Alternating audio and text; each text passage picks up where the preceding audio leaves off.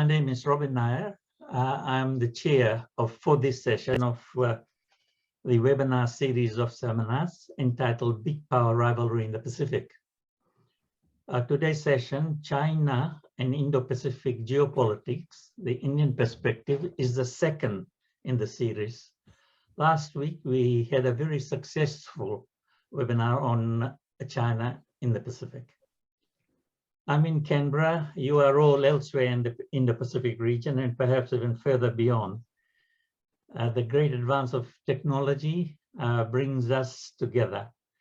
One of the very few positive outcomes of the scourge of COVID has been the greater recognition and the use of technology through Zoom conferencing. As the chair, I have the honor to welcome all of you participating today, the speaker, the commentators, and all the participants joining us.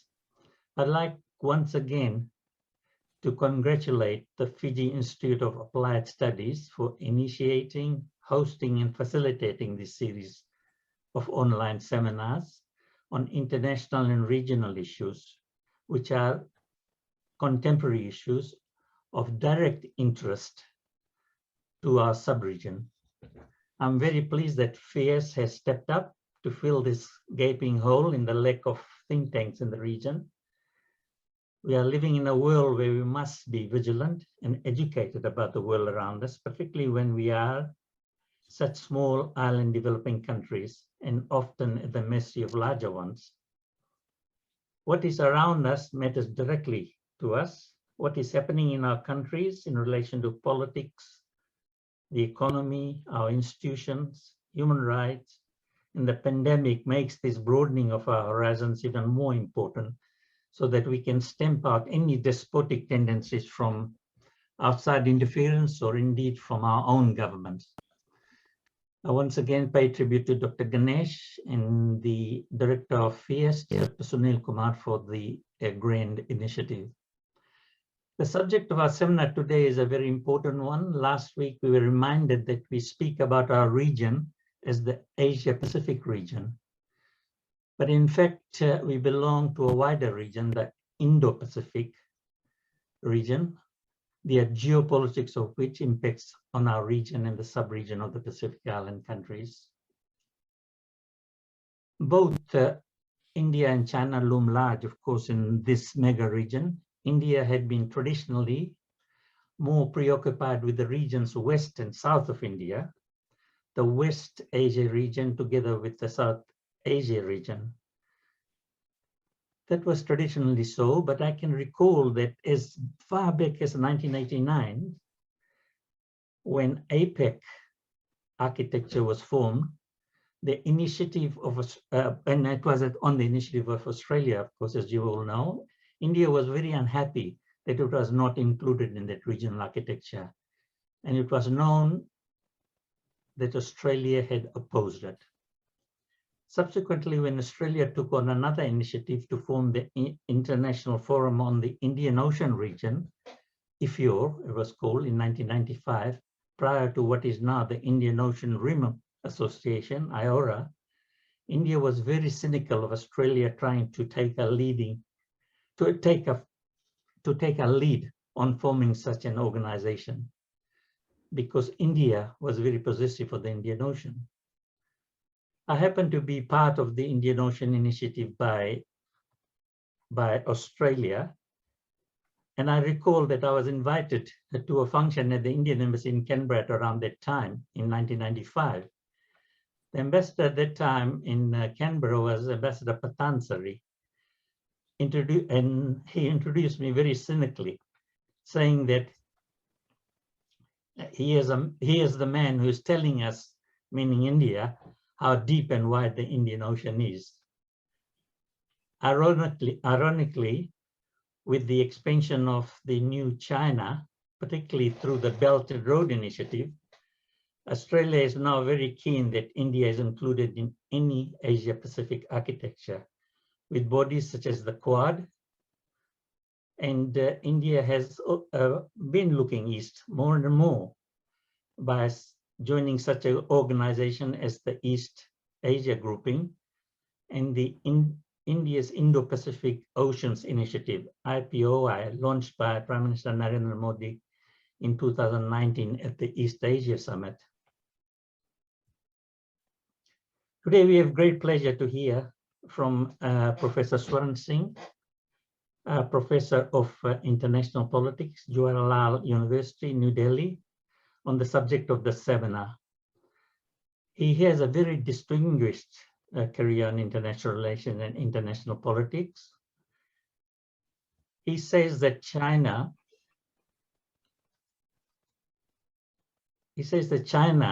is the single most important new trigger to the maritime view of the Asia-Pacific geopolitics. I'm very interested to hear from Professor Singh, because once a Chinese diplomat told me that there is no such word as geopolitics in the Chinese language. So being accused of geopolitics, they were not very, very impressed. Professor Singh will speak for 30 minutes, followed by 3 of our distinguished listed discussions. Each of them have 10 minutes or thereabouts to respond and to make their own comments or express their view. After the last commentator has spoken, the session will be open for participation by our participation out there for their comments or questions. We have 90 minutes for the session, and I hope, we must finish by 4:30 p.m. Fiji time. I would urge all to keep the time frame, because we are restricted by the time by the webinar. Professor Swaran Singh, I welcome you and I give you the floor and look forward to hearing from you. Thank you. Thank you, Professor Robin Nair, for chairing my session. I have been in touch with Ganesh ji. I think I'm not sure if he's with us right now. But it's always in Hindu tradition belief that if you begin things by name of Ganesh, hopefully things are bound to go better. So in that sense, let me compliment Ganesh ji to begin with. I also see Professor Biman Prasad on my screen. Let me try if I can put this into play mode.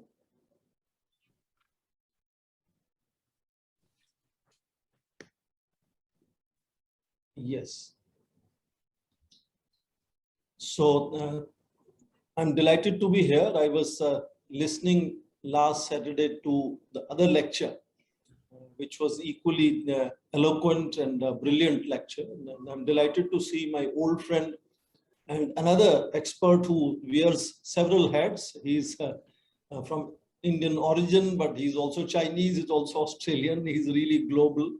Nice to see Pradeep, you are with us today, and I'm sure I'm myself looking forward to what you have to say. I will try to use my 30 minutes very quickly. So title is known to you, and I teach at Jawaharlal Nehru University in New Delhi. First thing, I understand that the comment that Robin made in terms of Chinese scholars saying there is nothing like geopolitics. There was also a time before First World War when geopolitics was a bad word, geostrategy was a bad word. But over years, it has come to be an accepted discipline, actually. So let me begin by talking of larger tectonic geographical drifts that we are noticing, within which we will locate Indo-Pacific. So the world has been shifting from land. In fact, I sometimes also joke that if humans knew their planet, they would have named it water. They would not have named it Earth. But now we know what actually this planet is. So therefore, much more drift is happening from land to maritime areas, of course, to outer space and virtual space also. From 20th to 21st century, we have also shifted from geostrategic focus to geoeconomics focus.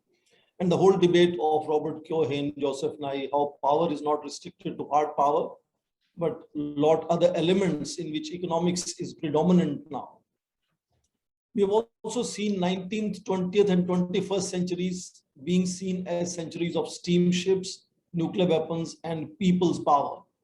So in that sense, the constituents of power in that sense have clearly changed. And I think when you talk of people's power, that itself makes China and India very, very visible, if not influential players in how geopolitics is understood, constituted, and operated.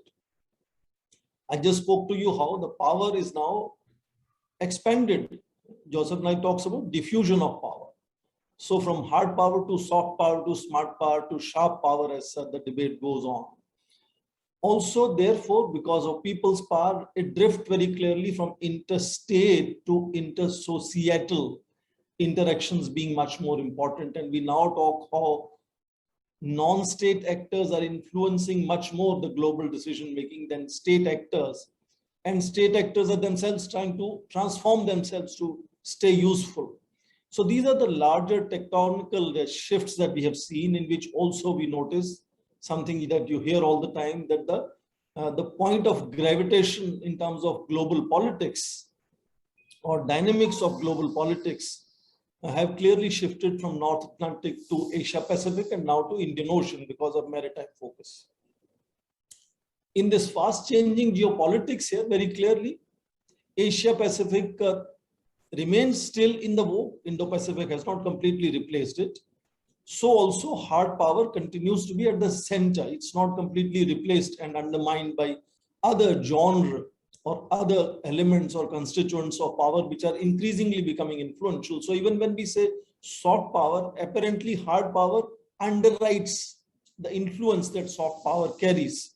Same is diffusion of power is also fundamentally at the core led by military power or hard power. So also norms, agendas, and institutions. You would notice how the President Trump was trying to take United States out of 6 major global initiatives. And that clearly indicated weakening of international institutions, because still United States is the one that goes around the world fighting, sending its foot soldiers wherever the trouble is. So even norms, agendas, and institutions are also in that sense backed up or supported by hard power. Multipolarism is shifting to multilateralism now, but nevertheless, multipolarism still underwrites how multilateralism works, because power dynamics still play an important role. So here, military alliances are being shifted in terms of economic partnerships, but nevertheless, hard power has not disappeared completely from the scene. What is happening is hard power has become a bad word and increasingly need to be cushioned by various elements of soft power, which are being presented now in terms of social and physical connectivity, culture, commerce, technology transfers, and so on. This is the larger canvas within which this whole new framework of Indo-Pacific geopolitics is emerging. So therefore, we notice that compared to power politics of 19th and 20th century, great powers now prefer to use leverages of goodwill. And therefore, for that, they have to focus much more on creating public goods for other countries who they wish to influence rather than coerce them. And therefore, we notice something called informal summits have become very, very fashionable. It goes back to the ASEAN way and retreats, first names, and boutique shirts. But it is also becoming now much more regular in terms of major powers. India and China had started something of informal summit meetings in that sense, and middle powers are particularly using them. So in that larger transformation which is taking place is where we are all shifting from land to oceans. And that is where Asia Pacific is continental and is being gradually contested, if not completely replaced as yet, by the maritime vision of same region becoming larger, bigger, nuanced, and being called Indo-Pacific geopolitical framework, which is leading to the debate on Indo-Pacific. So Indo-Pacific in that sense is often projected as from land to seas and from present to future. As Robin just mentioned, my contention is that China lies at the very center of this transformation of Asia Pacific becoming the point of gravitation globally. Of course, several other nations are also participating. And let me put a footnote by saying that China would not have seen that unprecedented rise unless supported by several other neighboring and other emerging countries along with. So in that sense, it's a collective thing. On top of the cake, the cherry is China in that sense. And that China is really the trigger, as you mentioned, as to why we are debating this shift to Indo-Pacific or Indo-Pacific itself. And I did say that it's a most important trigger. And that is what is making us focus much more on Indo-Pacific. All of you are familiar. There are various multiple definitions of what Indo-Pacific means for different countries. Most of the major stakeholders have their definitions that are at variance with one another. Let me only use the narrower and the broadest definitions that we hear of Indo-Pacific region. The narrower definition goes from Indian shores to the Western Pacific, and the expansive the definition of Indo-Pacific goes from east coast of Africa to the western shores of United States all the way. Now, it remains contested paradigm as yet. It's very fashionable. A lot of people talk about it, but there is no consensus as far as academia is concerned as to what is the geographical expense, what is the conceptual underpinning, what it means, what it can give us, what it can do for us. But the very vogue, very fashion of Indo-Pacific is making itself as if changing and reshaping a lot of alignments of various countries, both in the region and outside the region. We have noticed how one after another, Britain, France, Germany, Netherlands, and now European unions, everybody is issuing their Indo-Pacific visions and strategies. That shows the equations are clearly being impacted upon how this debate is taking place. So therefore, I dare say it has begun to show certain amount of systemic implications in that sense of what that shift from transatlantic to trans-Pacific means for global politics. And that is where I think the paradigm has a particular special significance for countries that lie at the core of it, which is the littoral nations of the Pacific Ocean and the Indian Ocean in that sense. China has shared objectives in this Indo-Pacific debate going forward. And that is true because China, as I said, is a country that has bridged.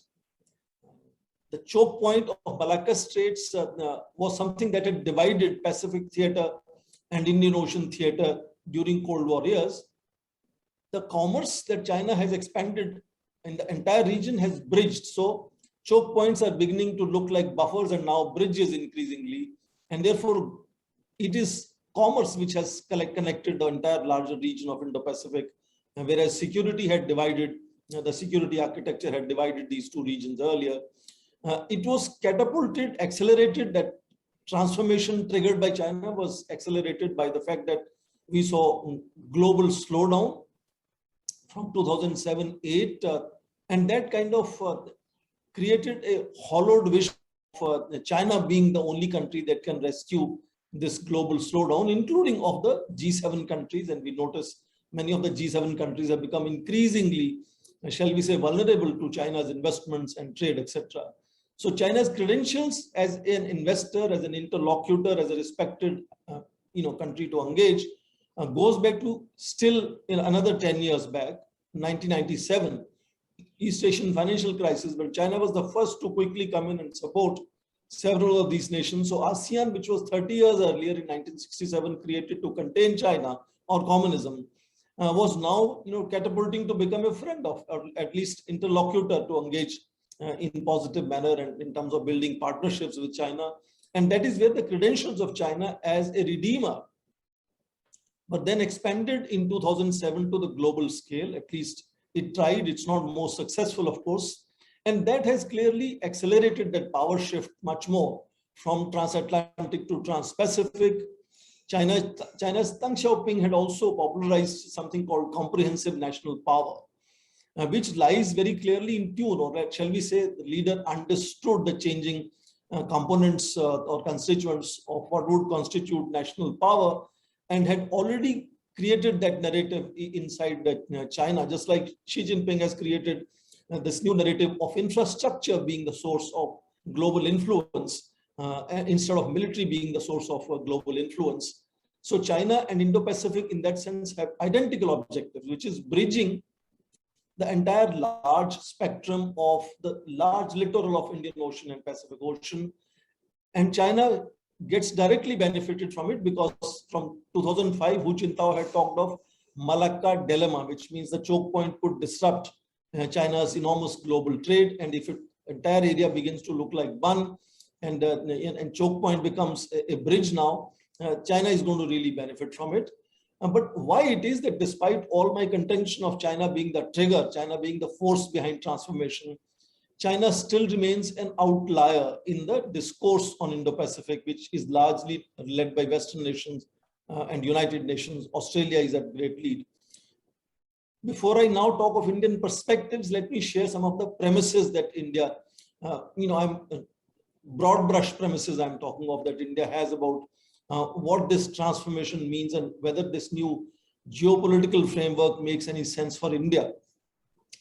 First point to understand is that since India understands the role that China has played and the power that China today has at the global level in influencing events, there is a clear premise in India's engagement with Indo-Pacific that this engagement cannot happen at the cost of disrupting relations with China. Despite all the tensions, you will notice that that undertone will continue, that India's engagement with the Indo-Pacific region should not really directly cost or hold China-India relations as hostage of that. That was true of some other regional players as well. And since Pradeep is with us, even Australia, for example, the position of successive white papers, defense white papers from 2009 to 13, had shown that it had really become little softer on Beijing and wanted to sort of from challenge to partner, the kind of a language was coming up. I'm aware that Ambassador Hugh White, for example, had been speaking about China choosing to create a concert model where it wants to create other countries along with it. And Sumit Ganguly from United States has been talking about how China is focused on tackling or overcoming its enduring rivalries. We could detail on these things if there are questions. India's focus remains very comfortable in multilateralism being the refrain, where India seeks to sort of engage and look at that as the key definition of India's engagement, because India feels at home and comfortable in multilateralism being the format. And because that is where you can blend a lot of differences, and India had tried to go through ASEAN and ASEAN-centric initiatives where China and India were sitting together. So that is also expected that if that kind of multilateralism emerges, then perhaps it will also facilitate China's participation, and perhaps India can play a certain role. There are voices in India that assume that perhaps Western nations see India not only as a counterbalance, but also a country that can help socialization of China or participation of China in some of these initiatives in Indo-Pacific region. That again is a premise which can be questioned. United States can, of course, maintain primacy, India believes, and India does not believe in exclusion of any country, including United States, not just excluding China is not acceptable to India. But it believes that United States has to increasingly create space for China and other stakeholders, other nations, which represent a very different kind of influence on the world in 21st century. And we cannot continue to be led by post-World War II kind of alignments and understandings. And therefore, a lot more new stakeholders should be brought into how multilateralism is built in the region. It is, of course, equally important that Chinese should also take initiative. Surprisingly, for a long time, Chinese were not showing any interest, as Robin just mentioned, in geopolitics, but also on Indo-Pacific. It's only about 2 to 3 years ago that they've started, at least at the level of academics, beginning to talk about China's interest and view of Indo-Pacific region. We in India, in terms of operating on the basis of the premises that I just shared you, how to make policy. Policy is largely led by realists in India, and that perhaps has a certain connotation to China-India and China-US kind of tensions that have continued. For example, in Indian case, Raja Mohan assumes that there is definitely going to be arms race in case of India and China kind of enter Indo-Pacific together and kind of try to engage each other there. This might actually lead to arms race. Admiral Arun Prakash, another influential voice, very often talks about Chinese hegemony, and that is what is guiding China's engagement with the region. And if you facilitate China's entry into Indo-Pacific discourses and structures, that is what it is going to implement there. Indian realists, of course, very often prescribe bandwagoning with the United States, and a lot of people believe to some extent that is also happening. Instead of hedging or balancing, perhaps that is what is preferred as a strategy, particularly for last 1 year with increased tensions with China. That demands increased defense budgets, increased modernization of armed forces. So it pushes India back to hard power rather than where the global trends are, which is shifting to soft power and smart power. Now, I do see in India, many people believe that China is a trigger of why Indo-Pacific geopolitics has become kind of the new framework of 21st century, but they are not yet comfortable in treating China as integral. At official level, yes, we hear these voices, but in grapevine cocktail conversations, not many people are actually comfortable in treating China as integral to the new Indo-Pacific geopolitics. At global level, several scholars, Fravel, David Shambaugh, Delmer, Cao Tingyang from China, they believe that India does not understand.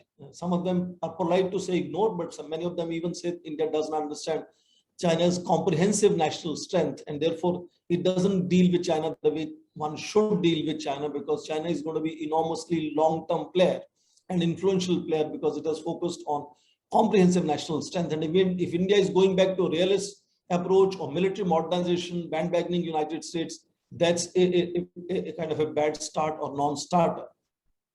Indo-Pacific debate, most of us here believe in our articulations, is led by United States, followed by Australia, which is trying to look west. India is trying to act east policy, with sprinkling of several other players. Japan, Indonesia, and other countries are also getting excited about Indo-Pacific as a new geopolitical framework. Japan, Korea, ASEAN are generally silent. They're not most vigorous in engaging Indo-Pacific narratives and how they should be shaped. Of course, we saw an ASEAN orientation paper on Indo-Pacific. So ASEAN is itself a little perturbed and worried about ASEAN centrality coming under question, particularly with China's assertive approach and United States creating this quadrilateral security framework here. So in that sense, China is perhaps still biding time. Is it following Tang's language, or is it now going to follow Xi Jinping's language? My sense why China, United States here, I think is a bit of finding itself outstretched. It is trying to replicate its 20th century leadership in, sort of North Atlantic to the 21st leadership in Indo-Pacific. And it is trying to replicate things which are past, which are dated. They cannot be exactly replicated, but United States very often shows those impulses of trying similar things. For example, it wants to prop up Australia as Britain was in North Atlantic region as a mediating state for speaking the language of United States. And many of the papers that come out of Lowy or in Adelaide University's Center for Indo-Pacific Studies, very often the language is very interesting to see whether it is mediating on behalf of United States. United States is also likewise encouraging India, and I think it sometimes looks at India as a country that can counterbalance, even replace China. But I think India is more likely to be seen as France of Europe, as relatively obsessed with strategic autonomy, but still part of NATO operations ultimately. So India is being seen as a country that could replicate France when it shift to US, still being the leader in the Asia Pacific region. US actions are also, of course, guided by realist approach. Very often you see this being viewed in terms of direct China-US competition, economic competition, technology competition. And that sometimes is something that you notice in media all the time. The conversation is about US-China contentions leading how the debate is built on Indo-Pacific and what is understood in terms of this new geopolitical framework and how that will change alignments in the region. US continues, we understand, to underwrite the security of Asia Pacific, indeed underwrite the security of much of the world, even if it goes and creates bigger mess wherever it goes compared to what the mess was when it went there. You can pick up any example. Wherever United States military has gone, it has created bigger mess. Of course, that is why the United States still is seen as some country that underwrites security, because it is going to send its armed forces on behalf of some other domestic elite, which may not have been in grip of local politics. And it's good to have United States fight for you of the personal or regime interests. But in that sense, what is meaning here is that that outreach or outstretch of United States is becoming at this junction between its economic leverages and financial allocations are becoming very difficult. You have heard Donald Trump repeatedly admonishing NATO allies for not paying up for the security arrangement which United States was leading around the world. So burden sharing is being emphasized by United States in a more polite way now with the Joe Biden.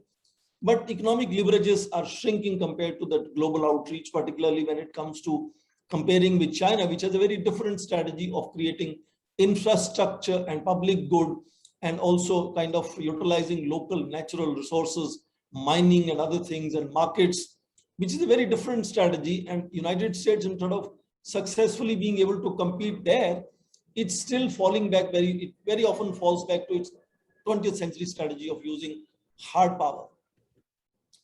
So therefore, United States is also constantly looking at innovative new strategies. For example, what it can do to deal with the new challenges to maintain its lead, which it wants to do. For example, United States is also in that sense reviving this post-World War II strategy of hub and spokes, but these hub and spokes are looking for new friends and allies. And India could be an example of a new friend. Some people even believe an ally, and recently a 3-part article was printed in the print in India written by former National Security Advisor Shankar Menon, who says that the way India is conducting itself with United States, whatever you name it, it is quasi-alliance in that sense. It's not very far away from being an ally of United States today. So it's a new thing. The dialogue with North Korea, imagine Donald Trump, who doesn't like traveling, as I'm told, was traveling all the way to Asia twice to meet a man who he does not even recognize. Kind of innovative, bold initiatives to how can they rearrange and still be on the top when the gravitation point has shifted to Asia Pacific or Indo-Pacific now. Burden sharing is being emphasized, offshore balancing is being emphasized, and Trans-Pacific Partnership, of course, collapsed over a period of time. Downsizing armed forces, particularly by innovative ways of jointness and technologizing or informationalization of war, something that Chinese have been doing for a decade, is also being tried. But it fundamentally means United States is still prisoner or hostage to hard power, ultimately being the source of its global leadership, whereas China is putting military modernization as maybe second in terms of source of its strength at the global level. It is putting economic engagement, investments, infrastructure, and BRI is something that clearly explains that. So Trump, for example, created Indo-Pacific Command very quickly, which again shows focus going back to hard power. It deployed its Marines in Darwin and Perth. Pradeep would maybe detail on those things. That showed that US, by pushing this hard power as defining feature of its leadership in Indo-Pacific, perhaps this was creating a tipping point, which could then, as Wang Yi talks about now, the new Cold War between United States and China could be something which we see as onset of it. China is not responding to Indo-Pacific debates, and India remains preoccupied with strategic autonomy, is in that sense important restraints on how these two countries are engaging themselves into Indo-Pacific. My quick explanation why China is reluctant to enter Indo-Pacific debates and initiatives is it is very sensitive to the South China Sea. And people from Lowy Institute have often written how South China Sea is the hub of Indo-Pacific geopolitics. And therefore, it doesn't want to get into those parlays where it is repeatedly being questioned about South China Sea. So it wants to have a complete grip on South China Sea before it launches itself into either initiatives or narratives of Indo-Pacific debates. We have seen these kind of debates coming from, I just mentioned Lowy Institute. Rory Metcalf, for example, is someone who's written on these things. India, on the other hand, uses a relatively softer language of freedom of navigation, rule of law, etc., and clearly tries to shun very often of not annoying the Chinese far too much. Though in 2015 January, there was a joint statement between Obama and Modi that talked about managing security in South China Sea. That was kind of one of the mark kind of example. So India wants to fundamentally still avoid getting into a situation where it has to really choose between China and United States. This month, we are likely to have the BRICS summit. So a lot of people are expecting that there could be some kind of interaction between President Xi Jinping and Prime Minister Modi. And that would give us some indication of where the relationship is heading now. So fundamentally, what we are seeing here is Indo-Pacific is in vogue, is in debate, is reshaping several things, changing alignments.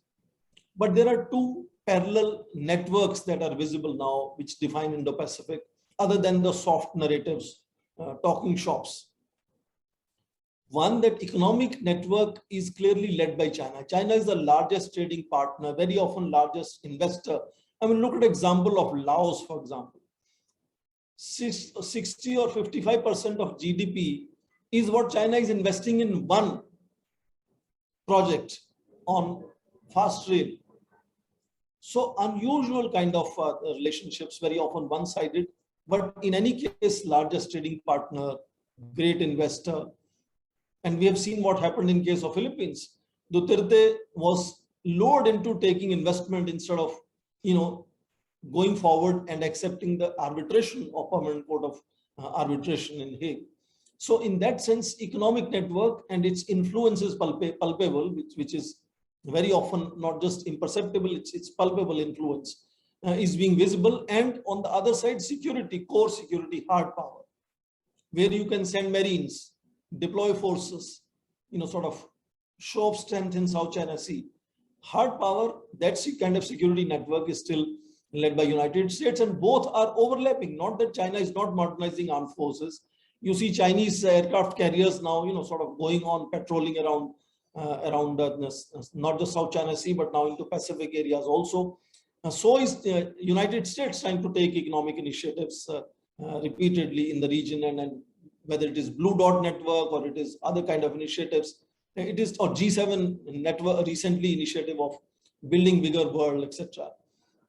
So in that sense, some kind of initiatives are happening that overlap, but fundamentally there are two networks led by China and United States, which are very distinct. Let me put my neck out and dare say China's network perhaps represents the future. United States network today represents past. And I'm not sure how long we can stretch that old obsession of military being the source of power, because power is really shifting in very different direction. India's policy dilemma very clearly is here that it is reluctant to sort of allow China into Indo-Pacific discourses. US seems to be reluctant to allow China into Indo-Pacific discourses, whereas India has constantly been saying that China need to be part and parcel of Indo-Pacific discourses. Last slide I'm saying is something that shows us what is the way forward and what India sees India is going to do. The source of India's vision on Indo-Pacific still remains Prime Minister Modi's speech of June 2018 in Shangri-La, Singapore, which is where he outlined India's vision. And he defined the geographical vision of India, of Indo-Pacific, being from the shores of Africa to the shores of Americas. He also spoke of building, and I quote, free, open, and inclusive Indo-Pacific region. And he also said that Indo-Pacific region is not something that should be allowed to become an exclusive club of few nations. He also said Indo-Pacific region should not be allowed to be militarized. So this kind of goes back to the non-alignment approach of India, pushing for peace through multilateralism, pushing for inclusion and inclusive and dialogue being the source of resolving issues. And that, in that sense, India has continued to talk about China should be, or even Russia should be an integral part of Indo-Pacific narratives, initiatives, and frameworks. Actions, of course, are interesting. And very often we say actions speak louder. From 2017, when quadrilateral security framework was revived, India has been noticed as precipitously upgrading its engagement along with others. And that is partly much more visible because Australia and Japan are already alliance partners of United States. So they don't have to go any further. The fundamental drift is much more noticeable in case of India. So therefore, engagement has really gone up from senior official levels to foreign ministers to their first debut summit meeting in March this year.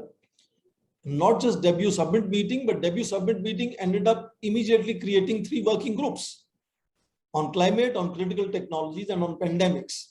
So even if a meeting happened in middle of the pandemic, the overall focus of their cooperation to create 3 subgroups included climate and critical technologies. Now, climate and critical technologies is where United States and China don't very often see eye to eye. So in that sense, India was seen kind of becoming integral to that effort.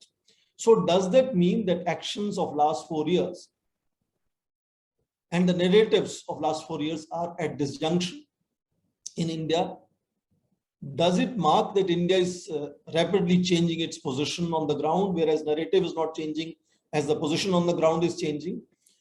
Does it also mean that the last 1 year of rising tensions between India and China are going to further accelerate that shift in actual action compared to the shift in the narratives of India? So these are questions that I'm sure that we will be discussing. My commentators will be alluding to some of these.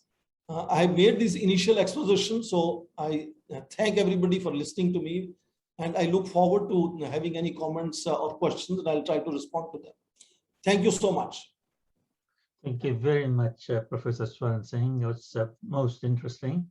Your paper was very, very interesting indeed. And of course, and thank you very much for the very good PowerPoints.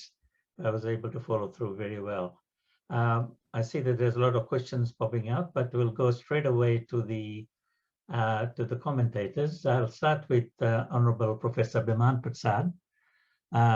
And as you all know, he's a member of the Fijian Parliament and the leader of the National Federation Party, and formerly a well-known and most distinguished scholar, academic, administrator at the University of the South Pacific.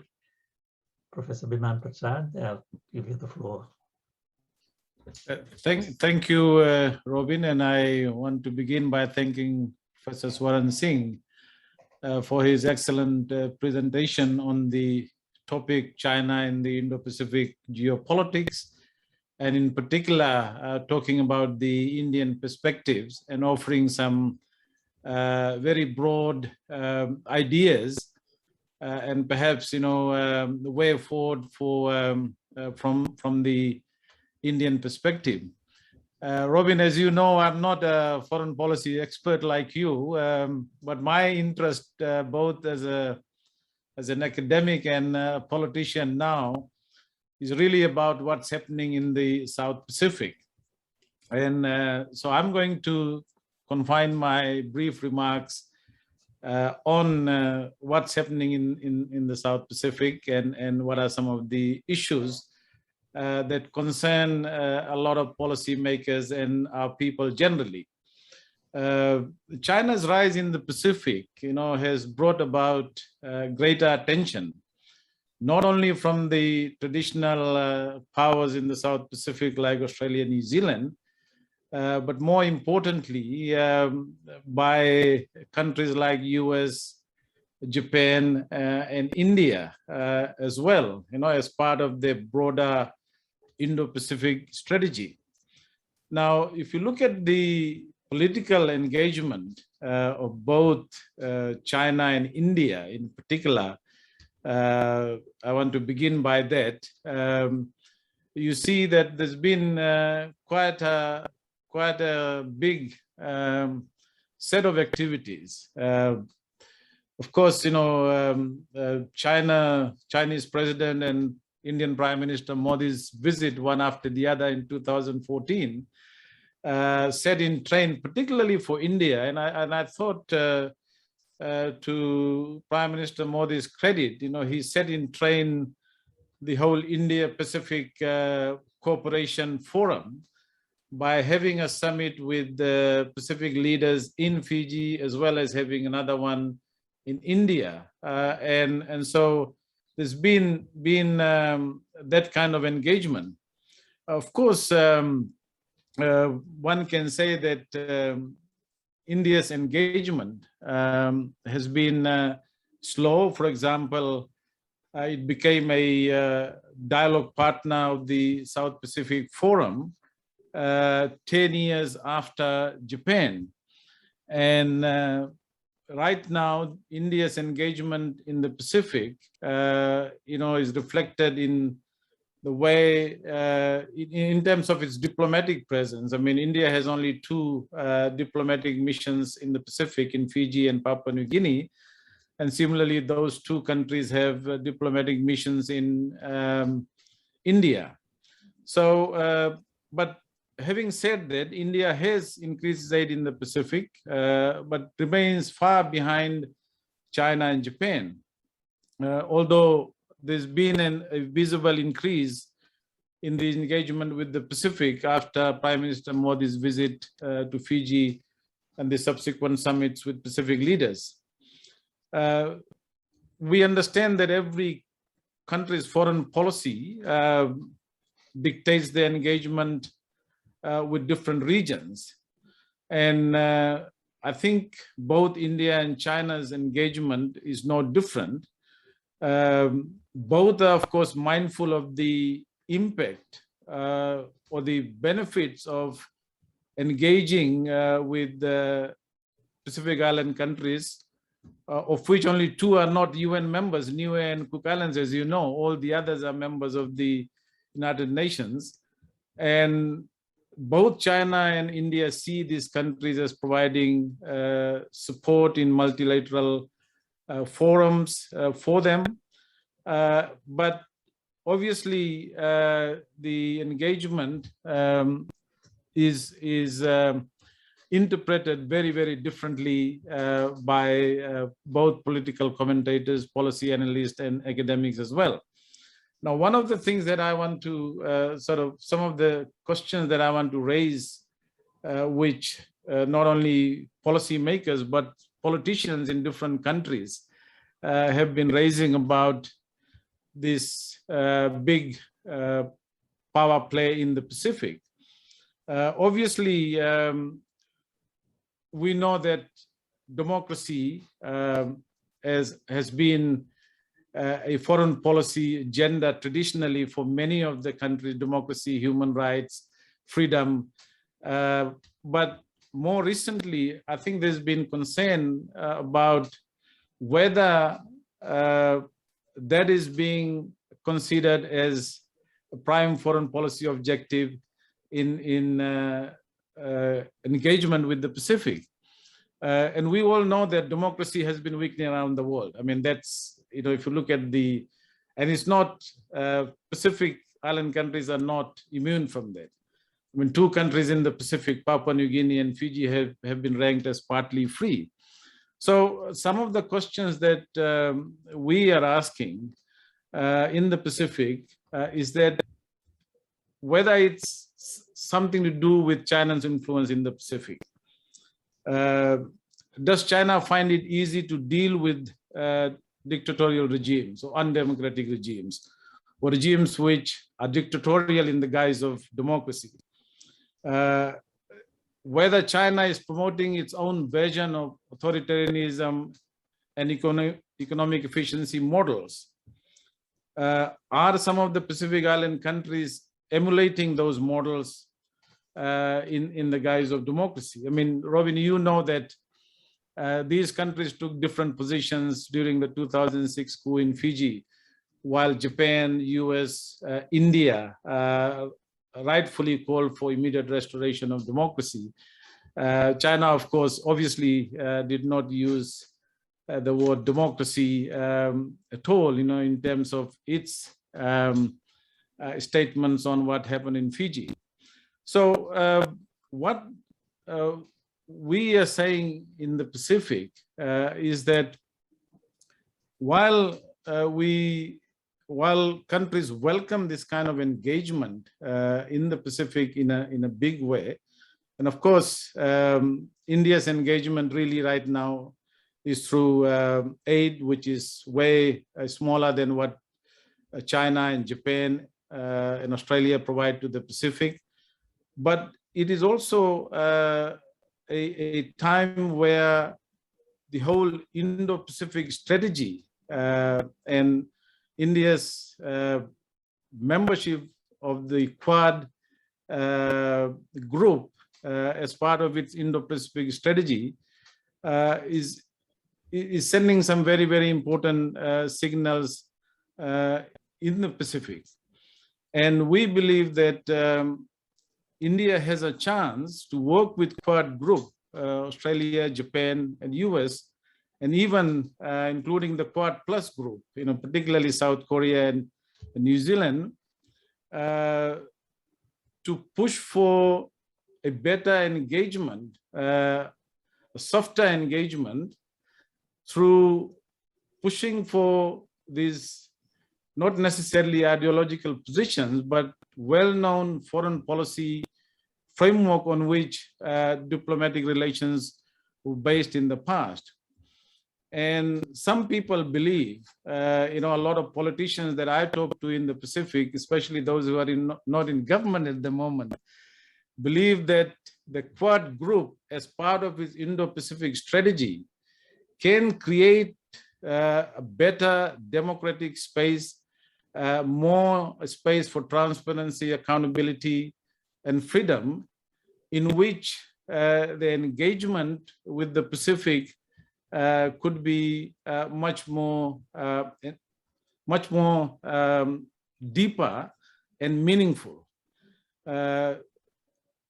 Climate change, of course, is a big issue, and its impact on the Pacific must be dealt with seriously by the Quad group as well, or Quad Plus. But it must also not be allowed to be used by some dictatorial regimes to camouflage the thuggies and what I would call dictatorial rule in the Pacific. So I think the signal that is coming out from this big power rivalry in the Pacific is one which is put into a framework where Pacific people and some Pacific leaders believe that we would be putting ourselves in a situation where the real issues affecting the Pacific Island countries are not going to be dealt with seriously. And many of them are concerned about the governance structure, the transparency, the accountability with which some of these broader economic and political benefits that can be derived from the Pacific Islands from this big power rivalry in the Pacific. Robin, I'll stop there, but thank you very much for the opportunity. Okay, thank you very much. Raised a very pertinent questions relating to the countries in the Pacific Islands and how it relates to the geopolitics that's being played out in the region. Thank you very much, Professor Biman Prasad. Yes, and our next speaker, our next commentator is Dr. Pradeep Taneja. He's a senior lecturer in Asian Studies at the prestigious University of Melbourne, and he's had vast experience. He's got vast experience of China as well, and he's not only lived there, he's worked and lectured there. Dr. Pradeep Taneja, your floor. Thank you, Robin, and thank you, Swaran. It's really nice to see him after such a long time. I've not been able to travel. I'm sure most of us have not been able to travel very much since COVID started. So it's good to be able to see you, Swaran, on Zoom in the session. And thank you also for a very sort of broad sweep of the Indo-Pacific, particularly how it's looked at, from an Indian perspective. I want to just, in my brief sort of comments, I want to go back to what Robin said at the beginning. Robin referred to the origins of Asia Pacific. And I think in trying to understand, these regional constructs of Indo-Pacific or Asia-Pacific for that matter, we need to understand that these regions are socially constructed. There is nothing natural about the way these regions are constructed. The idea of Asia-Pacific, of course, became prominent in the 1980s and particularly in the 1990s, when countries which were not part of the dynamic economic region of East Asia.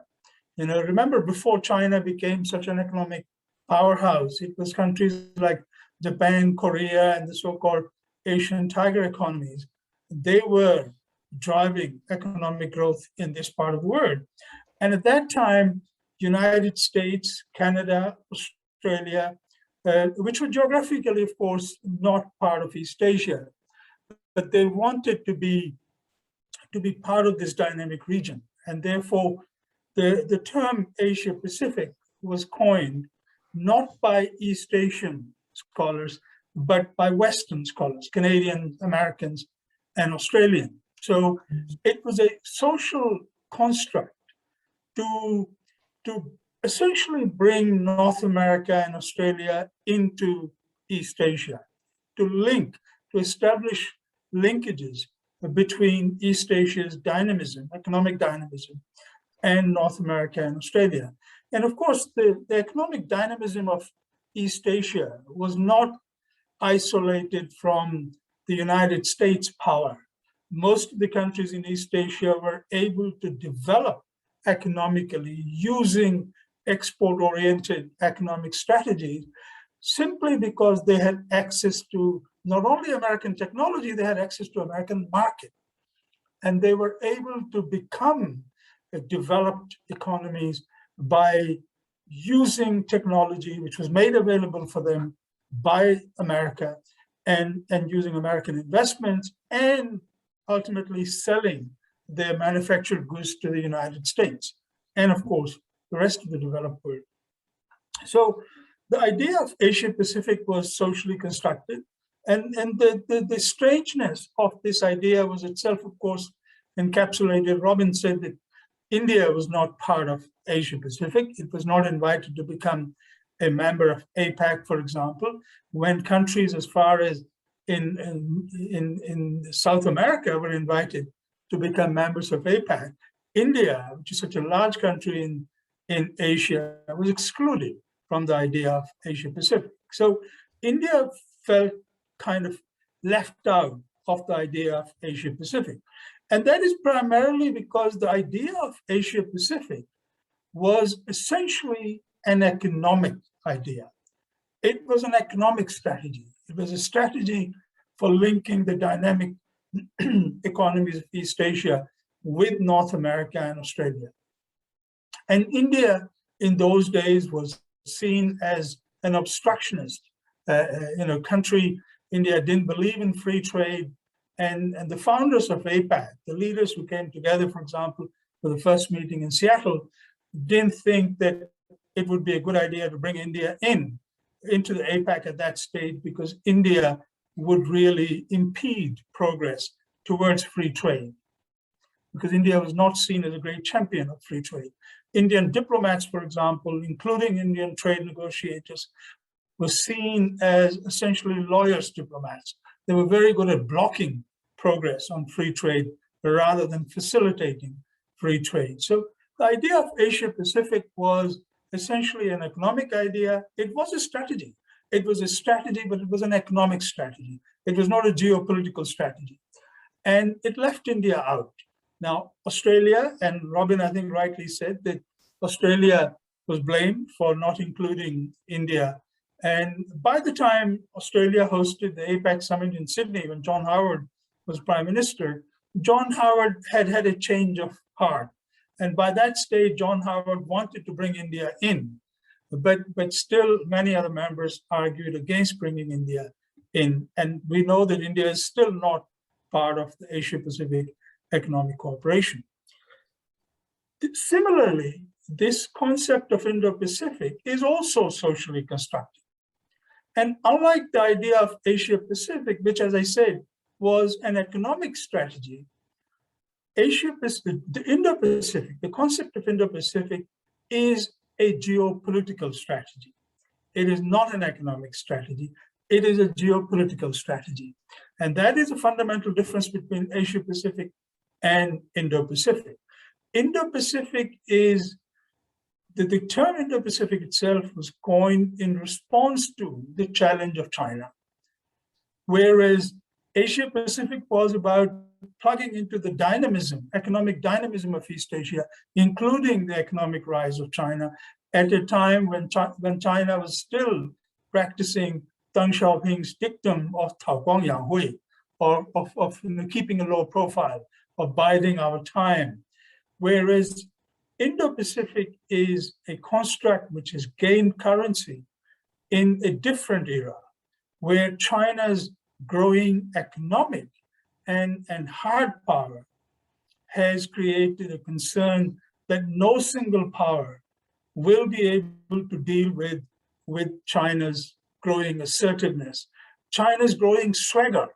The economic growth of China, the military power of China, has really given China a kind of a swagger, which to me resembles the imperial European powers, when they were at their height. So there is a swagger in China that we are a rising power, we are a great power. Some people have called this kind of approach, particularly looking at countries like India, which haven't developed as rapidly as China has, a kind of developmental racism. And this kind of developmental racism is reflected in not so much in the official statements of Chinese government, but in the Chinese government, Chinese Communist Party owned media. If you look at newspapers like Global Times or China Global Television Network, much of the commentary, much of the caricature, the cartoons that these newspapers carry about India reflect a kind of developmental racism, that we are, better. There are those who can do it in terms of, economic growth and developing their hard power, and those who can't. And India is, often kind of caricatured in one of those countries, which can never match China. The gap between China and India has become so big that China runs a superior system in the eyes of the Chinese commentators. China runs a better system. It is more organized. China's political system is better able to develop China's, Swaran referred to this idea of comprehensive power, which Chinese scholars, started talking about way back in the 1980s. People like, the Beijing University and Tsinghua scholars, they were talking about comprehensive power way back in the late 1980s after Tiananmen Square. So what I want to emphasize briefly is that this distinction between Asia-Pacific as an economic strategy and Indo-Pacific as more a geopolitical strategy needs to be understood in that context. I noticed that Swaran refers to Indo-Pacific as a debate or a discourse. I think the time for treating it as a debate or discourse is long gone. It is now a strategy. It is clearly a strategy. In fact, last night I was watching the European Union's foreign policy, head, Joseph, and he met with the Indian Foreign Minister Jaishankar last night, Australian time, and he clearly referred to Indo-Pacific as a strategy. And we've seen a succession of European countries now adopt this notion of Indo-Pacific. Even Germany has its own, outlook on the Indo-Pacific. Even ASEAN, which was so worried about losing ASEAN centrality, has now developed an ASEAN outlook on the Indo-Pacific. So Indo-Pacific is very much a strategy for dealing with the rise of China. Now, coming back to India's perspective on this, I agree with Swaran saying that India, majority of India's sort of debate on the Indo-Pacific is largely driven by realist scholars. These are realist concerns. The reality, of course, is that In China, when you go to Chinese universities, there are a lot of scholars who talk about constructivism and liberalism, talk the good talk about trade and economic cooperation. But the reality is that Chinese are essentially the best practitioners of the realist statecraft. Nobody does it better than the Chinese. They understand realism better than anybody else, and they practice realism. And Indo-Pacific strategy is a response to China's growing assertiveness in this broader region, which is now come to be described as the Indo-Pacific and increasingly accepted. And one of the reasons why China is not a participant in this debate is because it is not a debate. It is a strategy about dealing with China's increasing assertiveness. And increasingly more and more states in the region are happy to be a part of this strategy. Now, nobody wants to offend China. So because, as Swaran Singh said, most of the countries have China as their largest trading partner. But that doesn't mean that the United States is no longer an important economic partner for these countries. In fact, if you look at not just the trade side of economic relationship, if you look at the economic side, if you look at the investment side of relationship, United States is still the biggest investor in majority of these countries in the region. In Singapore, in Philippines, in Australia, United States is by far the biggest investor in terms of total stock of foreign direct investment.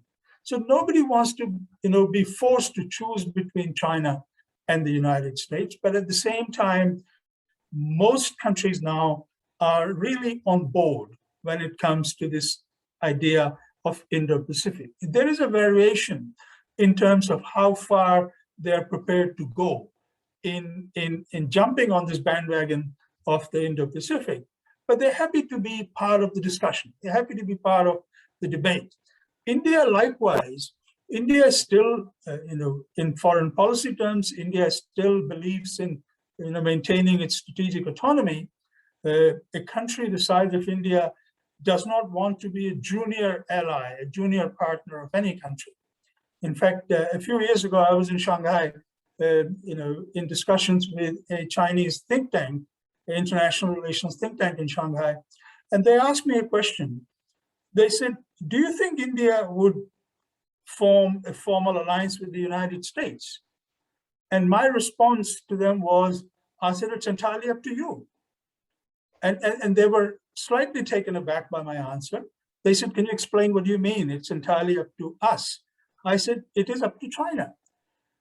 India's growing proximity to the United States is largely a function of India's threat perception, the growing power asymmetry between China and India. And I said, if you push India, India would have no choice. If you keep pushing India, then perhaps India would get much closer to the United States. And what we have seen over the last few years, particularly in terms of how India's kind of approach to the Quad has changed. India is now much more confident talking about Quad. India initially would not even refer to the Quad as Quad, but now Indian officials are quite happy to talk about the Quad.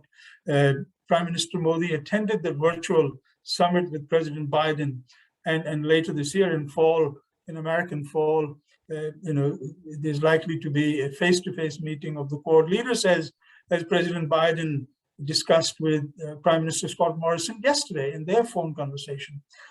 So there's likely to be a meeting, and Prime Minister Modi would be present at this meeting.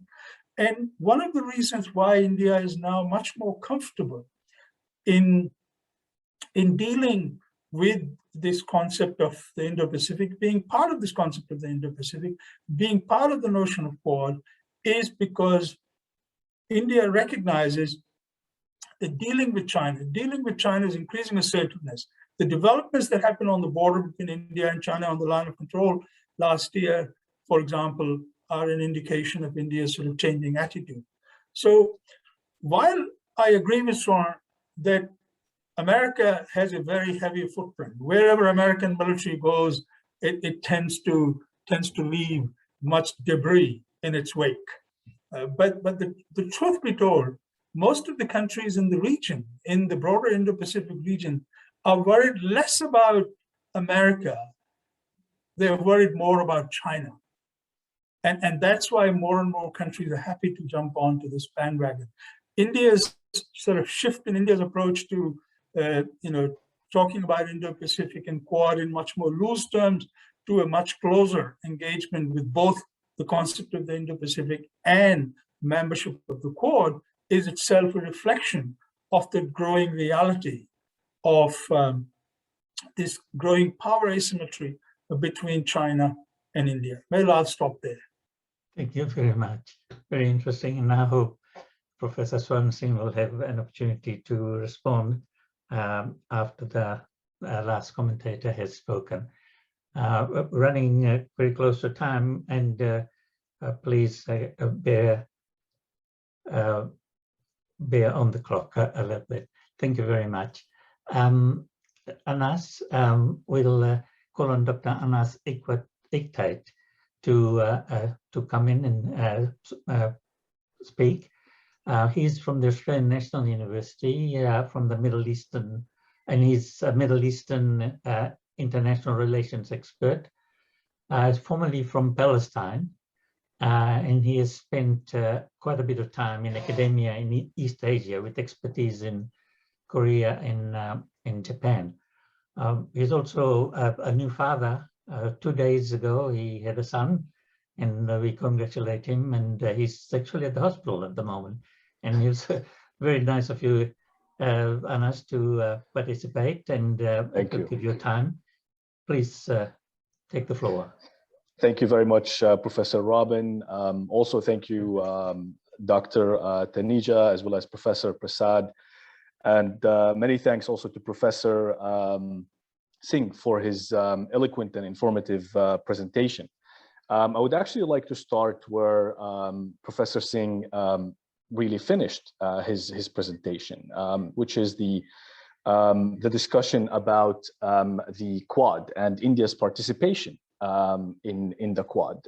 What really caught my attention is the three working groups that have been really formed by the Quad. The first addressing issues of climate, the second addressing issues of critical technologies, and the third obviously addressing the pandemic relief efforts that we are still going through. This is really connected to my wider point that I will try to make over the next few minutes. And this point is that the Quad remains to be Western-centric. It remains to be focused and remains to provide an avenue for the United States and Australia in particular to serve their primary interests with regards to replacing China with India, or with regards to counterbalancing China with India. And this is a point that also Professor Singh made very clearly in his presentation. As a matter of fact, Tony Abbott, Australia's former or previous prime minister and current envoy to India, was in India a few days ago, and before his visit to India to cement the economic relationship between Australia and India, he published an opinion piece in the Australian newspaper where he said, and I quote here, "Answer to almost every question about China is India." And he went on to say that with the world's other emerging superpower becoming more belligerent almost by the day, it is in everyone's interest that India takes its rightful place among the nations as quickly as possible. But I wonder, is it really India's position that Australia is most interested in, or is it India's position with regards to where Australia would like India to be? And perhaps the best way to look at this question is through the two networks that are quickly evolving in the wider region. The first, of course, being the economic network led by China, as Professor Singh mentioned, and the second being the security network that has traditionally been led by the United States. From India's perspective, I believe that the security objectives that India has necessitated to maintain its strategic autonomy, as discussed by Professor Singh. And in addition to this, actually to maintain its rather immediate regional strategic flexibility, as well as its strategic ambiguity with regards to the wider region. Its immediate regional flexibility here, what I refer to is India's ability to be flexible with regards to close range immediate issues and concerns. Think of Kashmir, think of Pakistan, think of the situation, the security aspects with Nepal, between Nepal and India, as well as Bhutan and India. Now, with regards to India's strategic security ambiguity, here I think it's more related to India's wider approach to the Indo-Pacific security. And this is related to its immediate and long-term perspective, which may shift in the future depending on the different internal political factors within India. From an economic perspective, Australia's push to replace China with India is, needless to say, is a very difficult thing to achieve. And this is very difficult because of 5 major points. The first is that China and India have a drastically different macroeconomic environments. The macroeconomic environment in China, the investment-led model in China was successful in that particular country because of different facilitating factors, whether it is political stability, whether it is a specific economic model that was perpetuated and pushed by the Chinese government at the time. And these factors are very difficult to replicate in India. So replicating the macroeconomic model in general is very difficult to happen between China and India. And the second point is the developmental needs that India has that are drastically different to those in China. And it would have been helpful from my perspective for the Quad to address these developmental needs in addition to the other 3 points that the working groups are addressing right now. So addressing factors that relate to poverty alleviation, addressing factors that relate to the industrialization of India or industrialization in specific sectors, in addition, of course, to focusing on the higher level technological shifts and particularly the supply chain shifts within technological industrialization in the wider region.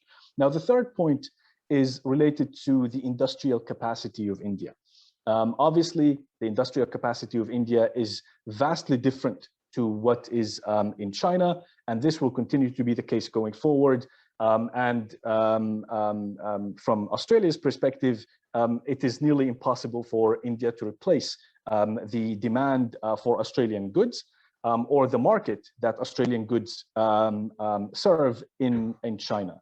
To put things into perspective, China remains to be, even after the declining relationship between both countries, China remains to be the largest trade partner of Australia with 30+% of overall trade, whether it is in primary exports and imports or services exports and imports for Australia, while India serves the 13th place with regards to services and the 8th place with regards to primary exports and imports.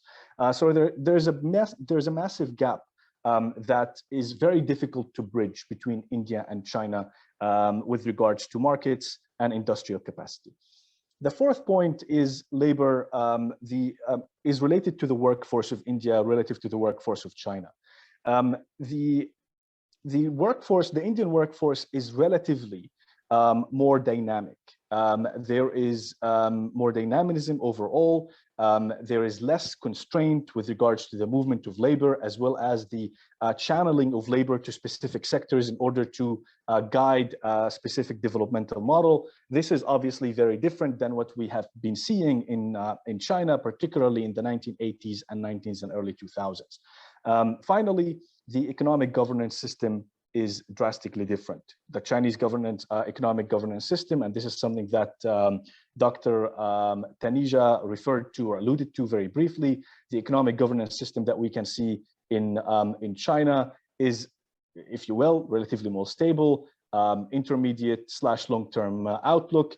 The system, the economic governance system that we see in India tends to fluctuate, and this is due to the different political systems that we have in both countries. So really, in a nutshell, this is what I wanted to say. It is very difficult for India to replace or to counterbalance China with regards to the two networks that are evolving in the region, whether it is from a security perspective or it is from an economic perspective. Now, before I close, and I know that we are running short in time, Professor Robin, I would like to present a question to Professor Singh, and I will finish with this question, which is about his perspective or the role of the Belt and Road Initiative. Professor Singh mentioned that there is a shift in the region from land to sea. Where does he see the Belt and Road Initiative fitting within this shift between land and sea, particularly because the Belt and Road Initiative continues to be a land-dominated model. It contains a sea component, but the vast majority or the primary concern or interest of China in its BRI remains to be land-centric. So this is my question to Professor Singh. Thank you very much, Professor Robin, and I look forward to hearing Professor Singh's comments. Thank you very much, Anas. Thank you very much. Call on Professor Swaran Singh to respond to any of the issues. Thank you, Robin. I think there are about 8 minutes left of our time, so I'll spend maybe 1.5 minutes to respond to 3 commentators. Thank you. Professor Biman, Prasad, first of all, great compliments to all 3 commentators. Among several things, I think Professor Prasad mentioned whether Quad can play any role in ensuring accountability, democracy, human rights, and that kind of soft balancing of the challenges that China could throw up to us, and why it is that China is engaging several authoritarian or dictators. Is it influencing other stakeholders' policies in engaging and then ignoring some of these concerns? I would say yes, to some extent. China's very rapidly expanding engagement in the entire region, including with non-democratic states, does compel other nations to begin to at least redefine their kind of robust commitment to those value-based issues. But Quad still continues to talk of value-based issues. But more than Quad, it is European Union. If you read both the strategies that have come from Germany, France, Netherlands, and European Union, and also if you read literature from India, there is still enormous focus on human rights, democracy, values, norms, accountability issues. But nevertheless, authoritarianism is becoming a global phenomenon, and that's not only limited to China. I often relate it to enormous infusion of technology, particularly social media, to manipulate perceptions, is where you can look after one after another, whether it is Erdogan in Turkey or it is Duterte in Philippines, Russia. Let us not talk of examples, but you will notice authoritarian dictators or authoritarian, benign authoritarian leaders have become norm.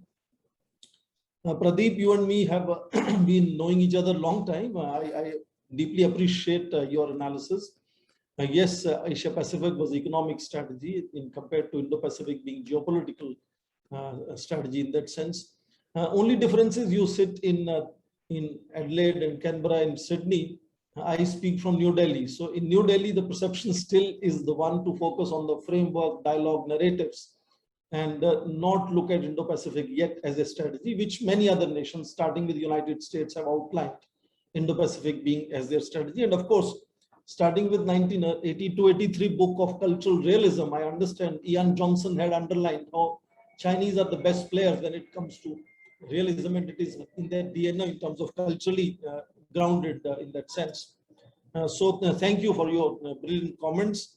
Dr. Anas Iqtait, I largely agreed with his very precise analysis, where he underlined how China and India are enormously different, shall we say different animals in that sense, and also the rising asymmetry he underlined. I think I appreciate his comments. His question as to what is happening to BRI as we shift from land to oceans. Indeed, if you remember, my slide had said shifting from land to oceans to outer space to virtual space. So Chinese have started talking of, sort of health Silk Road and sort of highways and highways, as we in India call it. So they also talk of cyberspace in the Silk Road, and they talk of course, maritime Silk Road is always there. But Chinese want to, first of all, build their enormous control in the immediate periphery, why they have had the continental approach. I would even dare say that first 30 years they were focusing on the internal peripheries, Xinjiang and Tibet and Mongolia and other areas. And then from there have expanded to the outer periphery, and therefore Eurasia is the focus. But they're linking to Europe and Australia and Latin America using both continental and ocean lanes, and ports and other facilities are there. So yes, Chinese are constantly in good understanding of how this shift is going to impact Belt and Road Initiative. So there is definitely the new articulations that notice keep coming. So we have about 3 minutes now, or 4. I think, I don't know how many questions can be taken. Robin, back to you. Yes, thank you very much, and thank you for your response. Yes, I have a few questions here. One of them from Satyanarayan Shastri. Please put light on the Malacca Strait in west and Spratly Island dispute in South China Sea in the east, and its maritime power in the Pacific, with special reference to the shifting the Seventh Fleet. Can you make comment on that? Very quickly, in maybe 20 seconds, it's only posturing that United States does very often alone, very rarely accompanied by British vessels. The immediate periphery, maybe Japan to some lesser extent, has accepted South China Sea to be integral part of China. You notice how ASEAN has not been able to come up with any combined joint statement on the subject. I think one statement came something very, very elusive in June. But usually they sort of have allowed China to deal with those issues at bilateral level. We can keep making noises, but China has increasingly come to control much of South China Sea, including both parcels and then stratless. Thank you very much. Are there any other questions from the panel, from Dr. Prasad, Professor Prasad? Do you have any further questions for Professor Swaran Singh? Yeah, thank you, Robin. I just wanted thank you, Professor Singh, for that very quick response, and I agree with you. But I was just going to ask you, what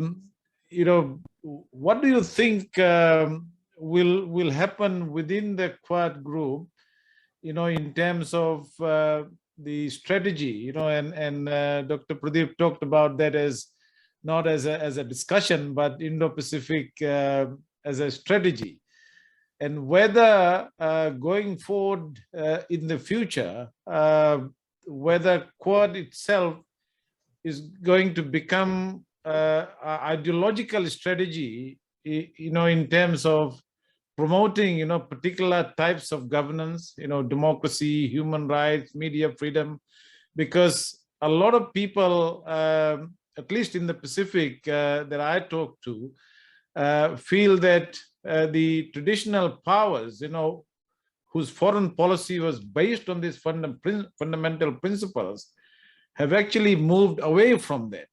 And so to what extent do you think Quad as a group is going to get back to that philosophy in their own foreign policy conduct, especially in the Pacific? Quad is not going to emerge as Asian. Yep, carry on. Should I answer that? Yes, yes. Thank you. So Quad is not going to be like NATO. Sometimes that debate is often sort of seen in media. But Quad also is not going to be entirely replacing ASEAN kind of sort of value-based discussions and confidence-building measures, preventive diplomacy kind of things. It's going to have little more influence in that sense of power projections, and that is what I think Quad is likely to do. India is the most reluctant. Japan is second most reluctant. Australia third most reluctant. United States is on the lead. In United States, numbers and people keep changing. There's an enormous difference how, for example, Mike Pompeo used to talk and how the new Secretary of State is talking. So in that sense, also Australia, between Kevin Rudd and Morrison, there could be difference. Suga was softer compared to Shinzo Abe. He's of course resigned. So in that sense, this is constantly evolving tumult, and it will become furthermore obfuscating exercise if you talk of Quad Plus and Quad Plus Plus. I was happy to hear Professor Prasad mentioning Quad Plus, South Korea, Vietnam, New Zealand. And then Quad Plus Plus, many European nations, Latin America, Brazil, Canada, they all want to be part of, just like Asia Pacific, as Pradeep was mentioning. They all have some axe to grind here. And the more bigger it becomes, the more opaque it will also become. And I don't think in that sense it will be able to really pinpoint whether it is really pushing normative agenda or it is pushing really hardcore security agenda in that sense. India would continuously be playing on the side of pushing normative approach, but India has also been kind of becoming far more pragmatic. And very quickly, in 5 seconds, look at India's policies towards North Korea, Afghanistan, and Myanmar, and you will realize how value-based we are. Thank you very much. I only have time to say, on behalf of the Fiji Institute of Applied Studies, thank you very much to each one of you, Professor Swaran Singh, Professor Biman Prasad, Dr. Pradeep Taneja, and of course, Dr. Anas Iqtait. Thank you very much. I look forward to the Thank you next so much. series. Thank you. Thank you. Bye-bye.